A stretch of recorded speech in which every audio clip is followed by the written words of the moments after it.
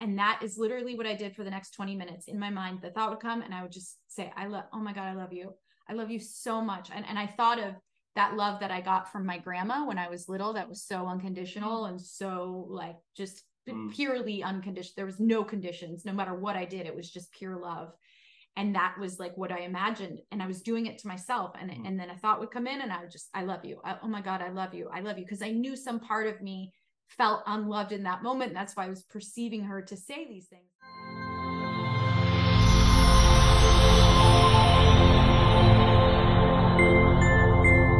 I'll give you an example, you know, because when we get caught in the emotion and the reaction, we can't see out of it most of the time. We can't.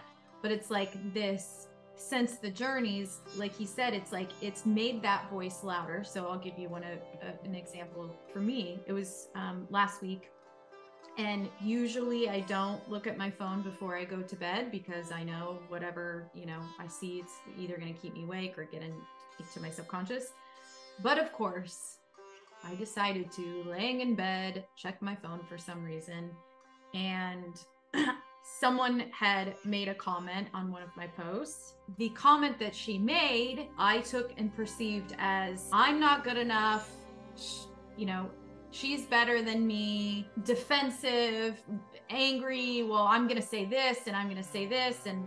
And of course, all the thoughts just like him, right? So all of those like emotions and thoughts and defense and all of those things. And as I'm feeling it, I'm like, I'm going to tell Scott because I know Scott will come to my rescue, right? Scott will be like, oh, fuck her. Like, she don't know, you know, you're this strong, you know. And then I'm like, no, that's not what you need right now. You don't want him to stick up for you because he'd be sticking up for that voice that is keeping those thoughts alive. So you're not going to say anything to him. So I'm laying there in bed and the thoughts are wanting to obsess, you know, when we're in that emotion and the thoughts are obsessing and they're everything you're going to say and everything, they're like verifying all these feelings that you're feeling and they're just going over.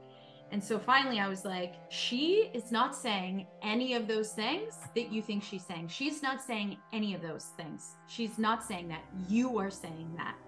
You are perceiving her to say those things to you so then you can have all of these thoughts. This is not her saying it. This is you receiving it like that.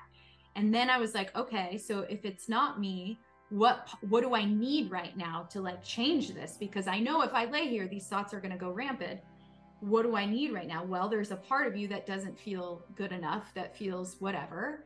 And so all you're going to do, and I had never done this before, just popped into my mind. All you're going to do is say, I love you over and over and over again. And that is literally what I did for the next 20 minutes. In my mind, the thought would come and I would just say, oh my God, I love you.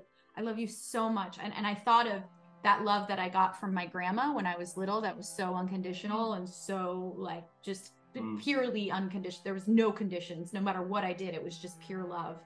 And that was like what I imagined. And I was doing it to myself. And then a thought would come in and I would just, I love you. Oh my God, I love you. I love you. Because I knew some part of me felt unloved in that moment. And that's why I was perceiving her to say these things to me in that way. And that I love you. I love you. I love you. I love you for about 20 minutes. I love you. I love you so much. And I would feel it.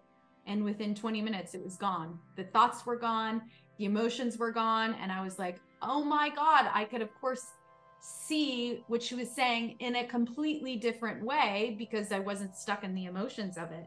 And I went to sleep and I got up the next morning and I told him, I'm like, literally all I just kept doing is saying, I love you. And it helped me to totally. And then the next day, her and I had interactions on that same comment and they were the most loving, like, of course, they turned into like just the most loving interaction and jokey. And I was like, it really is that. And so the whole point of me sharing that, because to me, I'm like, this is the epitome of alchemy, right? When you're feeling those dense emotions and you're hearing that, it's like, how can I change that within me right now? Simply by loving myself, literally, as simple as that is.